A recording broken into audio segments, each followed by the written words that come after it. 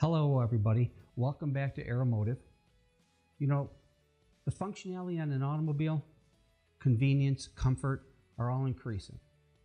And one of the problems that manufacturers are having is how to combat all these added features onto the architecture of your electrical system.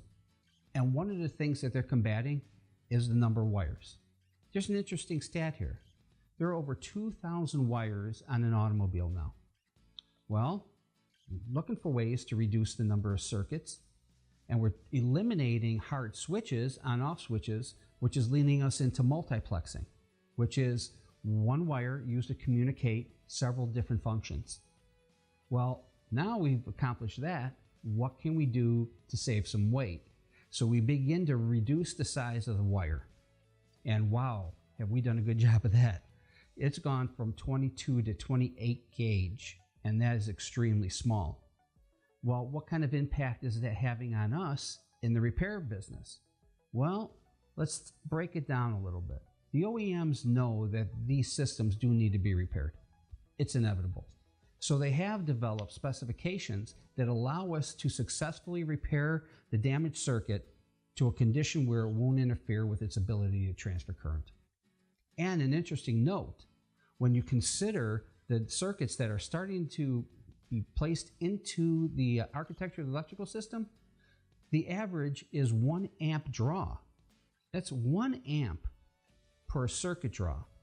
And that's basically telling us that there's too much copper on this wire assembly. So we're aiming at breaking that down.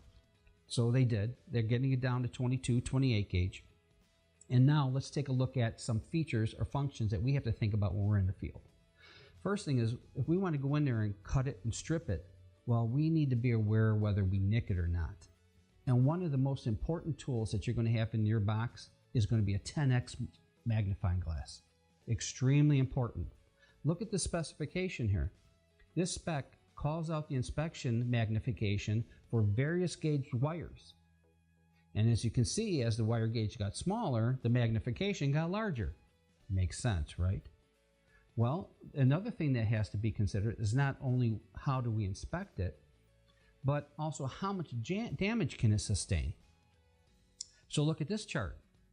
This chart explains how many strands you could have damaged, nicked, or scratched on not a bundle, but on a wire. And it's broken down by 7 strands, 14 strands, 16 strands. So you can get an idea that if you do happen to nick one in the field and you're very limited about how much wire you can actually cut back or how much wire can actually be missing, this specification will help you out.